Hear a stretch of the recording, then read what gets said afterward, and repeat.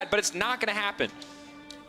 Now time to see what is going to go through for blue side. Inevitably, one powerful pick at least will be left up. So the Aurelia, the Xayah, the Draven, all still available. Do you ban Reckless's Draven? So one of the, I think, kind of glaring similarities between the likes of Reckless and Crownshot, and Vedius did point it out on the analyst desk, is that there does seem to be, like they're masters of very specific champions, and that their pool aren't as wide as other ADCs in the league when you look at someone like Kaveh. Now, when they do get those champions, and Kai'Sa certainly can fit into Reckless's wheelhouse, they can be really devastating on them. I'm not calling it yet. Until I see it locked in. There's the Aurelia. Okay, this is a champion that has been taken off the board repeatedly. Now we get to see what it's going to do in the hands of Bwipo and or Nemesis. Of course, the comfort of flex picks here. Bwipo's Aurelia, not one I'm terribly familiar with, but Nemesis, of course, knows his way around the champion. And I have to assume that SK Gaming knew exactly what was going to happen there. There's a reason why Aurelia has been banned so frequently. She is such is so respected as a champion, so they must have an answer here in either the mid or top lane position. But now with the Nico and the Nautilus, SK responding with a bit of flexibility of their own. We did see top lane on hit Nico earlier in the day, and I know you kind of like seeing that champion. I'm not a big fan, but you do enjoy the top lane Nico. Yeah, because I feel like you can still get, we saw Wonder play the press the attack top lane Nico earlier today, and I still feel like you can get a lot of kind of bang for your buck from the champion. You don't have to go into the AP route with the Glacial Augment, because like Kennen, Gnar, and Nico, they kind of do all the same thing. It's long range poke, and it's hard to find range champions up into that top lane. It's like Nico, Kennen, Gnar, and Jace. Yeah. Now, of course, the Sivir, though, locked in. That is a Fnatic special, something that we're used to seeing. Paired, of course, with an aggressive early game jungler in the hands of Broxah. Always good to see. But now, the response on the opposite side will be the Xayah. So, a little bit of safety there in that champion pick, but also a lot of potential for chain CC. One spell shield that might not be enough for Reckless on the bottom side. Of course, though, like you said, he is the Sivir expert, so hopefully he'll be able to navigate this this matchup. In terms of focusing more so on Crownshot, it's interesting. When I look at SK and Fnatic, again, they have a lot of similarities. They find a lot of their strengths through their team fighting. I feel like SK are a bit more scrappy in terms that they like to fight a lot more often, whereas Fnatic kind of curate the perfect moment, the perfect punch, and then they just use maybe 1, 2, and then knock you out. So not as trigger happy as maybe SK Gaming are, but it's about scaling ADCs, it's about a lot of team fights. The only time, or the only thing I'll contest you on, is that they are very trigger happy on teleports, specifically to bottom lane. Everything else, completely agree with, but they every definitely time give a lot of resources to Reckless. I wish I could say it was like Reckless on a specific champion, but no, anytime I see Reckless in a game, I'm ready for TPs to be spent on the bottom side of the map. Of course, for the top side, though, the Jace has been taken away. Olaf banned, the Braum banned as well. One final ban for Fnatic before they pass it back to SK. And SK Gaming on the red side. We'll get the luxury of last pick here, see exactly where some of these champions are going to go. Feels like with the Olaf and now with the Lee Sin that they're trying to make sure that Broxah gets full control and full say about what happens in this jungle. He wants to be the guy who's setting the pace, who's being aggressive, as well as the Rek'Sai ban. So that's Quadra ban for junglers with Sejuani taken away on SK side, and they had to know that this one was coming. Pretty much the only thing left, unless you wanted to get real creative, wanted to go for something like a Kindred. Karthus, of course, nerfed repeatedly over a few patches here since MSI, but not going to see it quite yet in the LEC. Still technically a lot of flex picks coming out of SK Gaming. We can make our assumptions that it's probably a top lane Nico, there's probably a Jarvan jungle and a Nautilus support, but they really haven't shown their hands until that final pick gets in, because all 3 of those picks can go virtually anywhere. Yeah. The Thresh, though, now locked in, will give a little bit more safety to Reckless on the bottom side, of course, in the form of the Lantern, as well as the Flay to disrupt some of the engage potential from the Nautilus. So this is a bit of an abstract interaction and kind of concept, and I'll cover it when I see it in the game as, yay, Gnar. Sivir is really reliant on, like, her wave clear is really important, but unlike the likes of like Lucian and Ezreal, because she doesn't have a dash inbuilt, she's more about reactive wave clear rather than proactive pressure. It's really scary for a Sivir when that mid lane is crashing in for her to walk up and then just start pushing it and create a pressure point for a team. She has to wait for the wave to crash so she doesn't get to create pressure. By pairing her with a Thresh, with the Death Sentence, you're actually able to give Sivir the ability to create pressure points because she can walk forward, abuse that wave clear, and then grab the Lantern back to safety. And interesting now, so we'll see how Reckless reacts around that, if he can get a lead and maybe forego some of those weaknesses or if he is forced to play at kind of that standard Sivir tempo. But the Gnar has been locked into on the top side for Blippo, will now go face-to-face with the Nico. Azir, the response on the opposite side.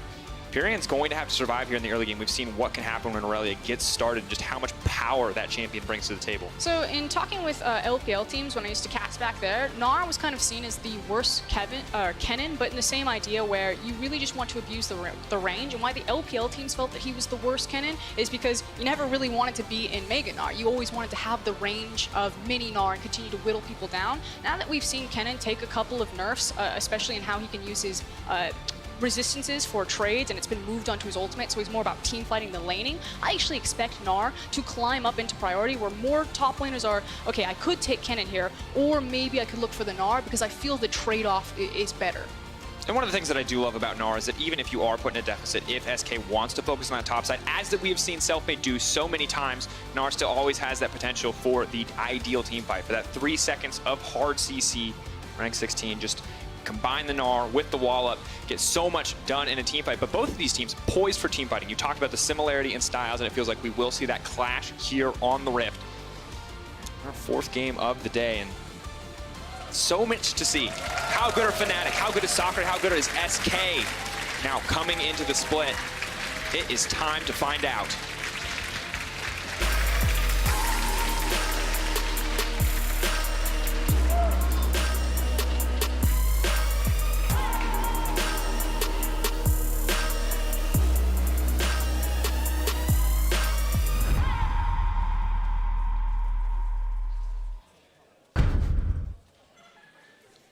Fnatic versus SK. There's not going to be any crazy level 1 shenanigans from what it looks like thus far, folks. Some of the Fnatic fans may be disappointed. Of course, something that they are legendary for, but as we keep our eyes on the early game, I see 2 champions in the hands of the respective junglers, Frostgren, that can totally destroy people in the early game. Yes, which is why I'm actually really paying attention. Fnatic are famous for their level 1s, particularly their late invades, and any type of information that they get with where the enemy jungler starts, and how Broxah uses that, not just in the level 1s, but in the level 2 and the level 3. So they clearly see where the vision is. Now, how will Broxah manipulate that information to create a very practiced window of opportunity for Fnatic?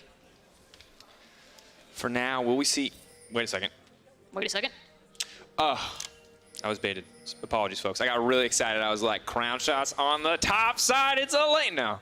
It's Nika. It changes the champion icon. I'm gullible. Hopefully, Fnatic are not as gullible. Crown shot just using ability, so any doubt has now been dispelled. I got so trolled at MSI because what they'll do is they'll throw out the clone as like the support, and then they'll change, and you could actually be confused that there's 2 people up there.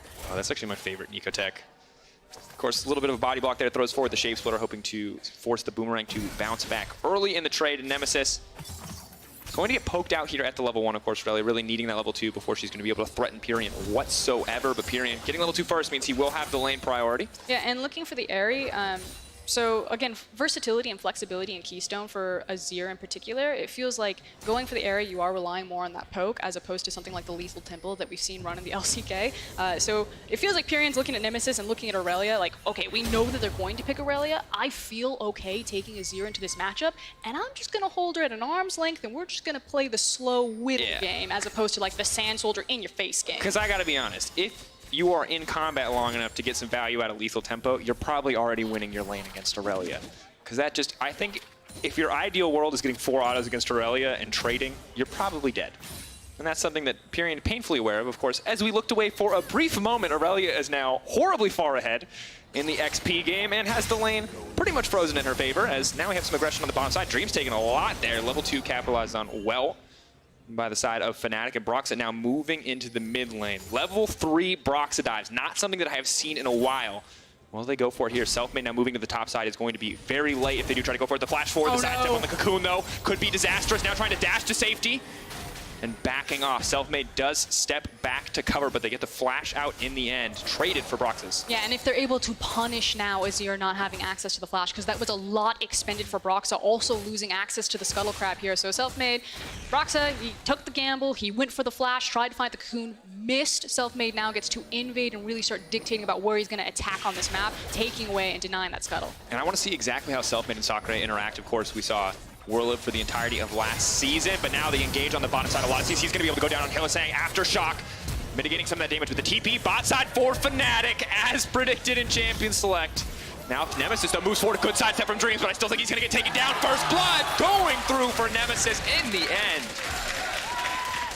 And because Pyrion had been forced back, Nemesis doesn't lose anything in return. You can see that the wave is actually neutralized into the mid lane, just about to crash into his tower. And Nemesis is going to take a quick stroll back to mid lane, pick up all that farm, and not fall any far behind. He's going to miss 2 creeps of X. Nope, not. Never mind, 1 creep of XP. Excellent position for Nemesis to now be in. He's going to pick up the wave. We'll have a CS lead. Is going to be incredibly comfortable. Finding an appropriate time to buy without the TP may be a struggle as he moves further into this lane, but everything is coming up in the favor of Nemesis right now, and anytime an Aurelia gets a lead, I feel like you just have to be scared. Yeah, the good news is that Pyrion still does have access to his TP, that he's actually able to walk back into his lane, and he can try to play this one very safe, wait for that flash cooldown to come back up before looking for anything dicey. But I think Pyrion knew from the beginning that this was going to be an uphill climb, and he's not here to lane. He's here to pick up the farm. If he gets the opportunity, he'll look for it, but otherwise it's about playing safe now. He's here to watch, you know? He'll wait. He'll get his time 1 or 2 items into the game. That's actually a really important ward because so many junglers are using the mid lane cross pass so that they can get very quick access into the river, especially when a mid laner is pushed up. And because Pyrion doesn't have access to flash, he's just assuming that the wave will be near his tower, so making sure that he can get the vision to catch out Broxah when he decides to cross mid lane.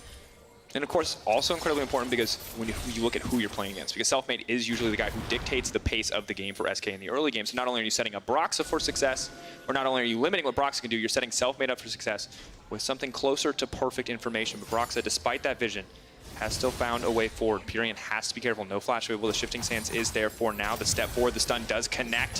Where's Pyrion going to go? Shifting Sands, not used quite yet. Trying to buy a bit of time. Where's he going to go? Must have used it in the lane already because now he's going to die. Nemesis finds the kill. Level 6 coming in as well. Just too clean right there. Has the phage, made sure that he lined up the stun.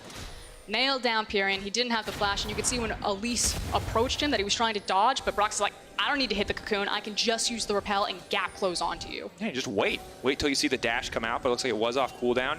Selfmade can move to the top side. The knockup is going to be there. Well dodged there. Now going in onto Sakura, looking for the 1v1, but Selfmade is on the way up. Whippo in Meganar. SK going to give him that respect. Eyes on the plates for the side of Fnatic. Still going to be a significant amount of gold. And a split between Broxah and Whippo here. Selfmade though, still hovering, still ready to make that play. It would certainly be death because he doesn't know where Nemesis is. Now that he has vision that Nemesis has returned back into the mid lane, they knew that Nemesis had kited up to the top lane. Now Selfmade should find some confidence to maybe make a play, and speed of plays, Pyrion's like, I cannot lane, maybe let's go bot.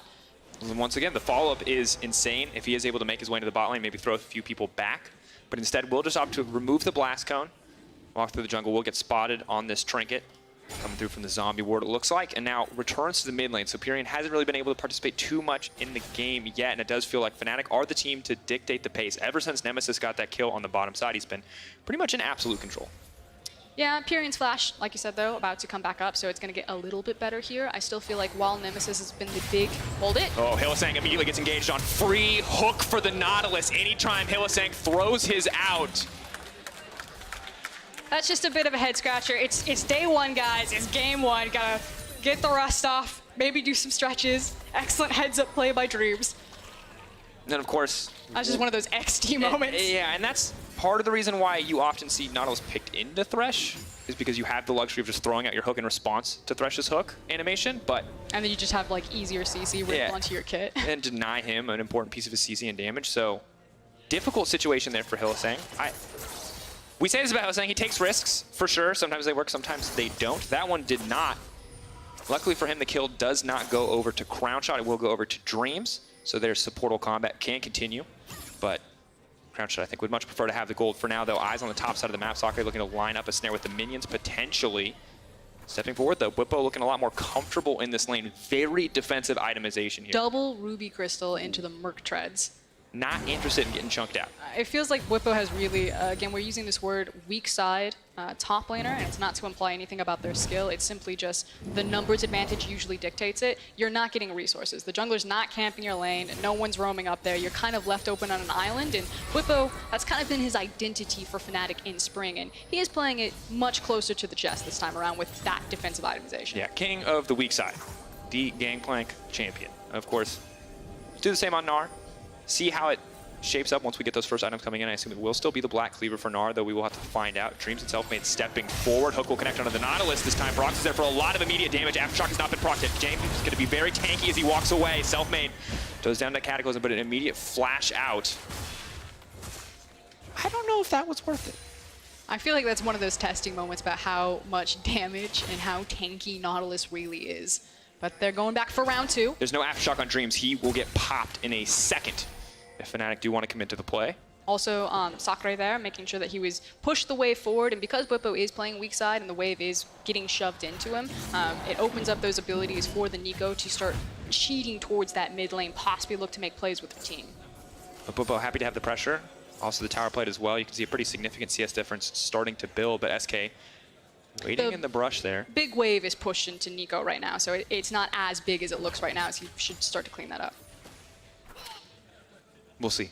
It's still like 10 CS, yeah, absolutely. It's not 20 CS. I was like, well, my commentary was, how many CS is Nico actually going to get under tower? And a few is the answer. Sakura getting about 3 or 4 there. And as you mentioned, still the 10 CS deficit. Almost a 2K goal lead now in the favor of Fnatic. 10 minutes into the game. 2 kills, of course, going to be a big part of that CS lead in the top lane, but feels like neither side really pulling a trigger on a major play yet. No towers have gone down, no big objectives have gone down. It's not a cloud, it is an ocean, so you do expect teams to fight over it at least a little bit in the early game. And both teams are actually completely comfortable to take this gentleman's handshake if they want. Just decide, hey guys, we're cool farming it up. One team's got an Azir and a Xayah, the other one has a Sivir. Yeah, let's talk, because we've talked a lot today about one-item team comps. You know, we've seen a lot of them, we've seen a lot of evolutions. Aurelia, obviously a very strong champion on one. Is this a one-item game or is this like a 3-item game? Are we just waiting for the 80 carries to get powered up and ready to go? I mean, there's different bridge points, and especially with Aurelia running around with the Trinity Force at 11 minutes into the game, it can start to speed up. We talk about kind of like bridge champions or bridging points. You're looking at champions that have action in the early and the mid game to kind of like pass the baton, if you will. Yeah. This is a relay race. So you carry here, I carry later. So like Elise carries early game, presumably someone else can then impact mid to late. And the terrifying thing about Aurelia is it feels like she never really has to give up the baton. She's like, she's got it in the early game, she gets it in the mid game, and then late game she's still absolutely terrifying, which is why we normally see her banned. What do you call champions that always have the baton, Frosco? Is there a name? Usain Bolt. Oh. I was okay. I went with the race. I was yeah. I was with the sprint. The sprinting metaphor. I was just gonna say overpowered, but you know we each have our own. He's still overpowered. Can't stop him. Now, Fnatic moving towards the bottom side are set up to just continue to pressure here. Crownshot has to be very careful about stepping forward. Of course, does have the luxury of the ultimate as well as the cleanse. That is a very safe Crownshot. Will use the ultimate, does not want to burn the cleanse in the exchange. Clears out the wave as well, so nicely played, and Brox are just going to move right back up into the mid lane. Perfect vision on the bottom side for Fnatic. Yeah, this is Fnatic exerting their power not through skirmishing and fighting, but through the control that they get over the mid lane and access to the river. And with that control wards, like you just mentioned, it makes it so much easier for Reckless and Hilly to pick up those free plates and then to immediately rotate topside and push SK off of this Rift Herald. Which is important to do. Rift, they've already secured the Ocean Drake. And see if they want to set up for another objective. I feel like Dreams is perpetually looking for an engage here. That's the Nautilus life. It's so funny to me because there's so many parallels between Dreams and Hylissang. Well, I feel like Hylissang... There's a lot of parallels between SK and Fnatic, like stylistically. It's uncomfortable a little bit. Nemesis and Broxa, though, going to look to shift things up.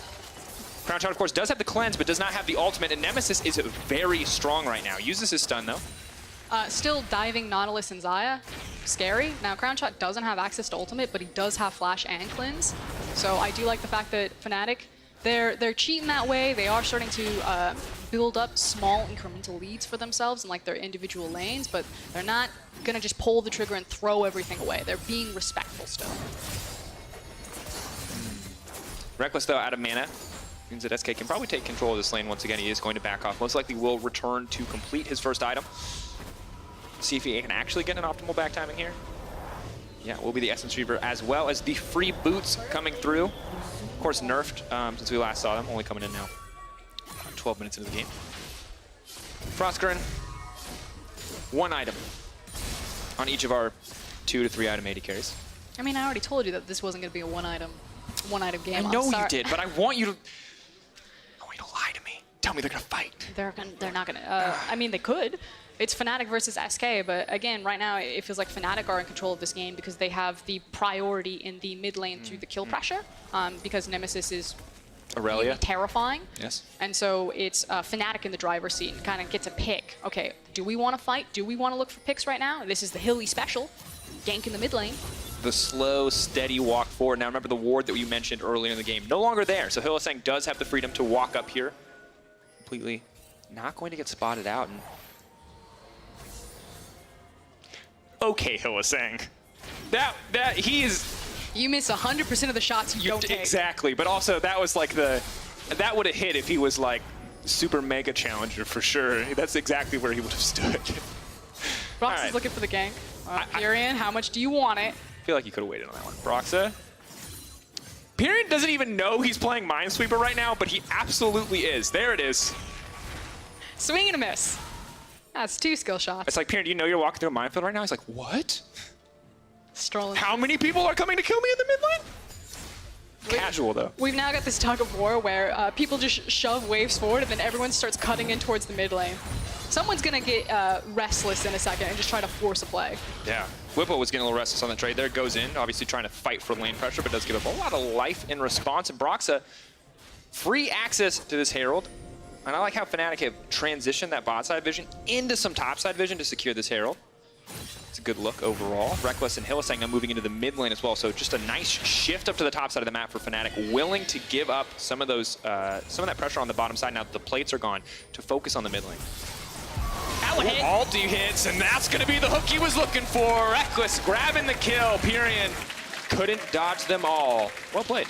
And every single one of Fnatic's lanes is winning right now. And look at what a difference that means for SK and Selfmade in particular when he doesn't or he can't find a point on the map to attack. This just looks like a completely different jungler. When was the last time you saw Selfmade 60 minutes in a game, 0, 0, and 0?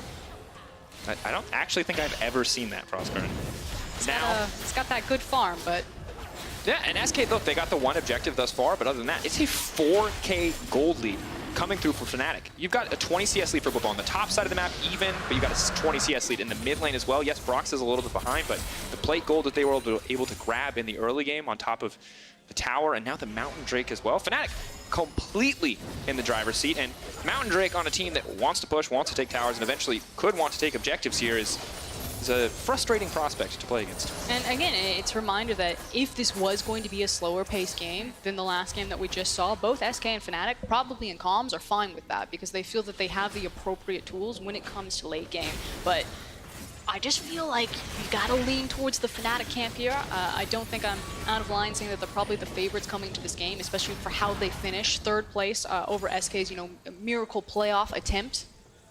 And also, Reckless saying that that wasn't good Fnatic. That was like a work in progress kind of Fnatic. This is new Fnatic. True, but we also know that this is a work in progress SK because Sakurai has just joined the lineup. So while last split you might have given SK kind of some of the benefit of the doubt as we move into mid to late game team fights, as they do have some strength there, especially with a player like Crownshot on their lineup, we don't know how Sakurai is going to fit into this puzzle, what he is actually going to provide as we move later into the game. Feels like the expectation should have been a lot more top lane camp, however, and trying to snowball him ahead. So it's always hard to tell what you're going to get in the game. There's still plenty of time left, but it just feels like they're kind of playing PvE. SK trying to force. That was good. Going to go to the platform with a double flay. Crownshot, though, uncontested on the backside, is going to throw down a good amount of damage on the Hylissang. The walk-up is there. The follow-up CC goes golden. Dreams now caught out in the middle of the team. We've got 2 TPs coming in. The fight stops for a brief moment, but SK, can they make it out? Dreams is going to be the sacrificial Nautilus. Will walk away. Sakurai not going to get anything else. Fnatic coming out on top once again. I mean, that's Hilly getting a sick flay and then missing the death sentence on the immobile target. Whippo fiercely stepping forward here. Megan R is on the way in. Candace look to extend the play. Where is he going to go? Flash forward, Gnar in the wall! Big moves from Whippo. Selfmade is going to look to punish Sakurai. He's going to get the shutdown, however. A bit of gold into his pocket, but the hook lands over the wall. Hylissang coming online in the mid-game. It's flipping those coins, and anytime it pops up heads, you're reminded why Hilly is such an amazing playmaker right there. 0, 1, and 5 right now on this Thresh, participating in only, or most of the kills, only a single kill outside of his death. Sentence. Nailed it. It's day 1. Got it. I liked how you bought time to try to figure out what the percentage was on 5 out of 6, and you're like, why couldn't it be 4 out of 5? Why couldn't it be easier? Math on air, folks, very difficult. Some of you are mocking us. You're much better at mental math than we are. Anyway, 19 minutes into the game, just about a 6K gold lead for Fnatic. So just I'd like say a quiet 6K gold lead at 19 minutes. That's actually massive. it's huge. We've had actually incredibly quick games today. I thought the G2 game was like an outlier, and it feels more like it might be a pace setter after the Misfits game we saw, and now this Fnatic game as well. So while in the past these SK games have felt very SK versus Fnatic games felt SK dominated, this one is a very different story. Yeah, so right there, that's a sick play to catch the Jarvan right out, and you're like, yes, Hilly is back on the Thresh. We've got this, boys. And then this one is unfortunate, but it doesn't matter because the rest of Fnatic, they responded, and they are able to chase down SK and really punish them. Of course, this replay brought to you by Alienware. Tons of value in an Alienware, just like there's tons of value on that sick Gnarl. Nailed it. Anyway, Whippo makes it out as well, so just a highlight moment for him, but now the immediate turn. Oh, it's Dunk City. They're killing them all, folks. Now the dash over the wall. Sakura has to flash to safety. The cocoon lands as well. Broxton, no, you can't thread it like that. Period. Puts up a wall, tries to buy time, but Hillsang comes over. The shutdown going through. Sakura picking up all of the cleanup kills, but dies before he can pop off. The Blossom will not connect, and it's Crown Shot all on his lonesome standing under that tower. It's just disgusting. In the last 5 minutes, all the skill shots are hitting. They're being layered beautifully right there. That was another cocoon to land. Oh, God, it's highlight reel after highlight reel. Crown Shot. Clean plays. Dodges the cocoon with the ultimate, and then gets the flash to make sure that he locks down Broxa. Very nicely done. Sliding, gliding. This is a 1-2 step game. Yeah, I like it. People are moving in this game. We're not even at 3 items yet, Frost, and already people are going in. That said, Crown Shot, you did get the nice highlight play. Well done. It's still close to a 10,000 gold difference between the two teams. Let's be clear here. We're praising him for the highlight play. SK is still getting smashed. Very difficult position to be in. 20 minutes into the game, Fnatic with a Mountain Drake, with so many of their members looking very strong. They don't have the fastest take in the world on that Baron, but given how far ahead they are, I feel like it's going to be much faster than people expect, and things are only going to get harder for SK. They've really yet to find a team fight. They've just been dove over and over and over again. They just keep starting these fights on the back foot. They're going to approach this dragon, although I would really say that they should back off. I think SK agree. 2 items now coming in, forcing out ultimate there. Reckless using his ultimate back. Dreams has now overstayed his welcome. We'll get the Aftershock proc, but it's too little, too late. Reckless now dominating. Boomerang coming in from Whippo. Can chase him down if he wants to, but will back off. Fnatic have their eyes on the real prize, and that is the second mountain. Nemesis and Broxa will get this one kicked off. So the control ward is cleared, and SK are just forced to match in mid lane. And it just feels like SK just keep throwing the same punch, and unfortunately it's just not working. They need to kind of change up the playbook because they keep looking for these scrappy fights, these attempted picks, and they are just running headfirst into the meat grinder. Really unfortunate. Kind of painful to watch. There's a lot of, yes, spinning blades on this team. Bit difficult. Fnatic, I feels like now that they have this deep vision looked in, if we look at the top side of the jungle here, it's just so hard for SK to move out. And is this just the point where Fnatic just take over this Baron pit? I mean, Fnatic could play this game out in multiple ways because of how far ahead their solo laners are, as well as their ADC. Like, if they want to, you could just group up and you could use the Reckless, 3 items, 6-0 and 4 right now, and you could just mow people over. Or, if you want, you can play into the side lanes. Whippo's got a Thorn Mail. Who can deal with him? Nemesis is massive on Aurelia. Who can deal with her? Brox also has double Magic Pen items and is a level 11 Elise, so I don't think that there's... Oh, Crown Shot! That is both of the defensive options burned for one of the stronger members on the SK lineup. That is going to make the coming fights much more difficult. And it was basically entirely in response to a single Q from Thresh and the Sivir ultimate for just, you know, the terrifying measure. Just got to scare him. It worked. Crown Shot got hooked. Makes it that much easier to walk over to the Baron and to either bait and just wait, because now the ADC missing huge key cooldowns. And I like this. They know that they have total control. Nemesis moves into the top side, the member whose TP is on cooldown. Whippo, the member who has TP, up and available, pushing in. Now, SK, I'll say, very brave move to move into that jungle without perfect information, but they saw Nemesis top side. so not the end of the world. And Bwipo now backing off, ready to TP in if needed. Do you ever miss talking about rage management on Gnar? I mean, at this point, it really doesn't matter. You're not super dependent on the Mega Gnars, like the game-changing It's like, moment. honestly, if Mini Gnar TP's in, we're still probably fine. It's gonna poke him. Ooh. I wonder if they'll ever change that. That has to be the best feeling when you escape and the worst feeling when they don't. Guys, you don't need 3 members to do the Baron. Fun fact, 2. Fnatic have kicked it off. 9K gold lead for Fnatic, making it quite easy. SK don't even know what's happening because they see so many members of the Fnatic lineup on the map. Dreams, the only member wise to the play, is going to step forward, but it's too little too late. Baron will drop for Fnatic. 10K gold lead.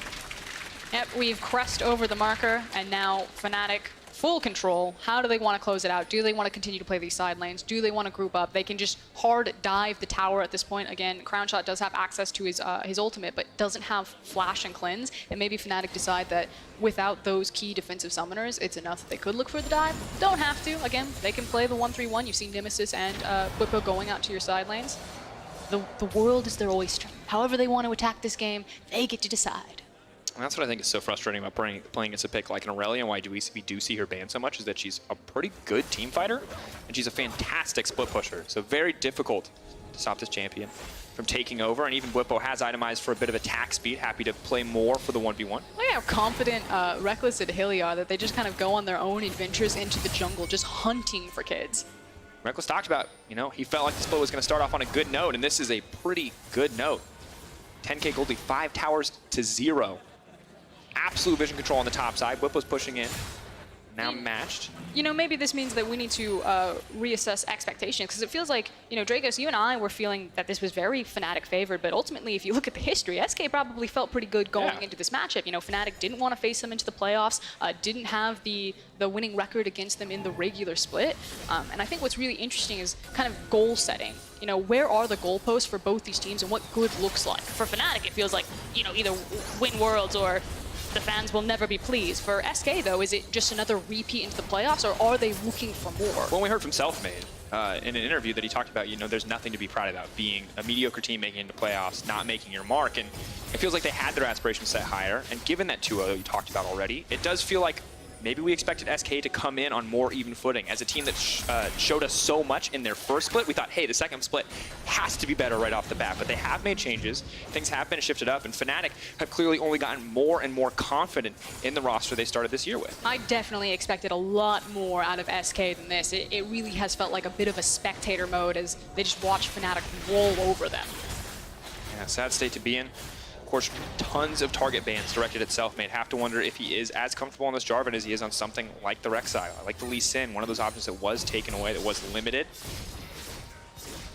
But for now, SK holding on. Once again, late game, if you go late enough, can be a much closer fight than a lot of people may expect. But Gnar does a lot of damage. I'm holding that back much, much later in the game. So for now, SK very much on the back foot, doing everything they can to hold on to these inhibitors. Once one falls, it feels like probably the end of the game. They are just getting chipped away at, not just their towers, however, but also their health bars. And this is one of the obnoxious things when you're facing the likes of a Sivir and a very strong Gnar right now, is dealing with that long-range chip damage.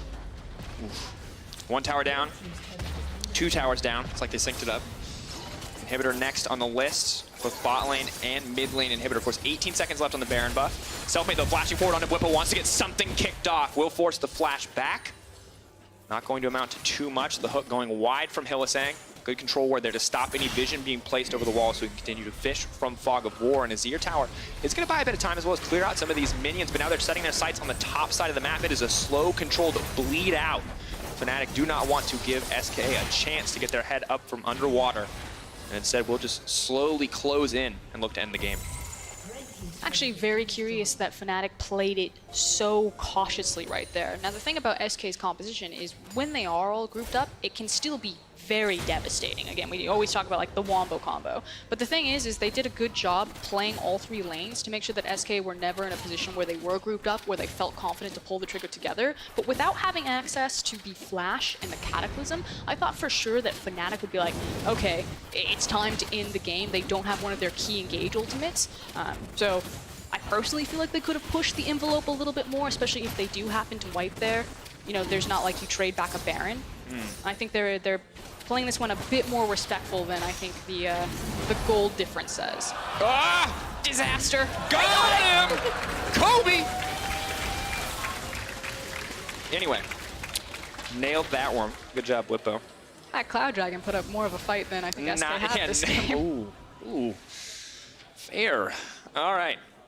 Frostgreen, the one thing I will give Fnatic credit for is that they used every second that Baron buff felt like to good effect, that they made the most of all those empowered cannon creeps. And now that if they do want to kick off a fight, they still have a bit of time where self-made Flash is down, and they can just group as 5 and walk down mid lane and break these inhibitors. Whippo now stepping forward. Crown Shot immediately has to run, though, burning the Flash as well. Snare is going to connect. Pyrion throwing back a little bit of damage. Broxa on the back side. Once again, small incremental advantages for Fnatic. Getting some of those cooldowns backing off. Not looking to overextend, but self-made and Dreams are hoping to find the punish. Teams really love death brushing in that specific brush. It's a high traffic area. Get him. Fnatic not going to take the bait. Will move up. Will they make a death brush of their own? There's a numbers advantage for SK here, at least initially. If they find someone and can quickly delete them, they can, you know, turn the tides for themselves. In the battle for the red buff, Crown Shot does come out on top. I like that SK are always a team that are willing to continue trying, however. There are so many teams in the past in the LEC or the EULCS that we've seen just when they start to lose, they just keep losing and they bleed out. They don't really do anything, but SK are still moving, still posturing. Like, if they see that pick, if they find that opportunity, they will take it. Just feels like they have a narrow window to look for those opportunities, because I have a feeling that we're going to see the ultimates come back up for Aurelia and Sivir, and then Fnatic are going to try a very similar maneuver where they literally just sprint at someone. Oh, look, there it is. The sprint at someone maneuver. TP coming in on the backside. Selfmade might need to make his way out to safety. That is a mega gnar. If he gets in the midst of the team, it will be disaster. But leaping forward, throwing it back. Not going to get much done, though. Pyrion's still alive. Nemesis going to the backside. Crown Shot is there. They're focusing down the Aurelia. But no, not enough. Sterix Gage buying Nemesis of plenty of time. Broxa leaping forward onto Pyrion. The double kill comes through for the Fnatic jungler. Crown Shot goes golden, but he just gets to watch himself die. Another kill going over in favor of Fnatic, and that's going to be it. It's over. We were just waiting for the cooldowns. Fnatic showed that they had the confidence. They couldn't make it stick the first time around, but they got the key summoners from Crown Shot and made good on it the second time around. They will not be 4-0'd. Fnatic strike back against SK. And with confidence, Fnatic opened the split. SK could not find their footing in the game, could not find any opportunities, and it is dominance from Fnatic in their first match.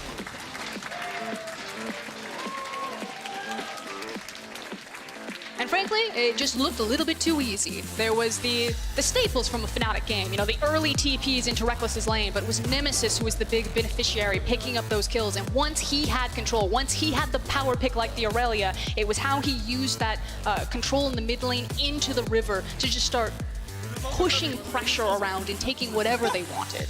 And how much attention Pyrion got. So difficult to play against. There's just so much setup CC. There's so much follow-up CC as well in that Fnatic lineup. And well played overall. Never felt like they were out of the driver's seat. Felt like they were in total control. Outside of maybe one play on the bottom side of the map in the early game, it was a story of Fnatic dominance here in their first match on stage. And for SK, I feel like we've been left a little wanting. Need to see what they can show in their match tomorrow. So for now, they didn't get to show us a lot. I feel like the SK dream is that you get self-made again on a very aggressive jungle pick, and I really want to see him team up with their new top laner, because that's what I've been hyped about. I keep hearing that this guy was popping off in EU Masters, that he can really be a carry, and I would love to see SK kind of diversify their playstyle with a carry-oriented top laner, and then just start going hard in the paint. Fortunately, this game, very much a slow start. Absolutely. And what was expected to be a slow start, you know, we talked about how this could totally just be that 3-item team fighting game. The thing that I liked about Fnatic is they did still see those opportunities, they did still catch it, and it feels like they set themselves up more for that thing that you're talking about where you're passing the baton, where they had threats in the early game. They had the Aurelia, they had the Elise, where it moved nicely into mid game, where you've got that 1-item Gnar, Sivir who can be that wave clear functionality, and Fresh who obviously makes an excellent roamer, and it seems like they really set themselves up for a game that they wanted to play. It was actually a really good example of kind of the similarities and the difference between SK. The fact that SK Gaming constantly look for these scrappy fights. They're a very fast team to pull the trigger, whereas like Fnatic, they set up kind of that perfect moment where the cooldowns are all there. They know that if they catch you, that's how they end. And I feel like it almost feels like the evolution for SK Gaming would be to get closer to Fnatic's playstyle, because there are such similarities there. And it feels like at some points they did capitalize on that well, but they just weren't able to make more out of it. think you make a good point. We'll look at this. Of course, we can take a look back at the big fight for Fnatic 20 minutes in, where we see a lot of that team fighting prowess, that ability to punish some of these small cooldowns not being available. Trying to remember which fight this one was. Ah, I remember. It was the one Dreams disappeared in. That's a nightmare. Really difficult spot for old mate Nautilus. And of course, reminder, we did see Aftershock nerfed. At level 1, you get the same resistances, but you do need to build armor and MR to get back to the point where it used to be. And even if you build a ton of armor and MR, it will only get back to an even state with the unnerfed version. And a nice highlight there that there might have been one very crucial member absent from the fight. But also a nice highlight here is this one, shabloosh. That's the sound effect. They won't let me make it. They prefer the feathers sound effect. I prefer shabloosh. I would love a Xayah skin that's just sound effects by you. That's the dream. Well, after the break, guys, we are going to hear from Broxah. Look at that. That is a straight wall. We got the cliff in a previous game. We get the wall in this game. Difficult climb for SK. Of course, Fnatic, though, making it look easy. And when you talk about it, I think it's hard. Who do you pick out in this game as your one standout player? I think potentially your key player of the game. I think each Fnatic member had their moments. I liked Nemesis in the early game, especially with the initial trigger on the teleport pole. I loved Broxah aggressive in Elise, and I think Hilly. Oh, did I get it? No, what? Reckless. Where's Nemesis? He played Sivir. And he had a really good KDA. So many people. Had a really good KDA. Of course, Broxah set up a lot in the Elise in the early game, and I think that has to feel good for Broxah, because remember that he is, while it's not about Broxah underperforming, it was about Dan performing very well, it still feels like there has to be a certain degree of uncertainty, and that confidence from winning would be huge. But of course, vote for who you want to vote for. There are 3 options. Twitter at All Esports is the place. Coming up next, it is our final game of the day. Schalke, Null Fear, and Excel Esports take to the stage. We'll see you guys in a few minutes. Good work. Thanks. You too. As predicted.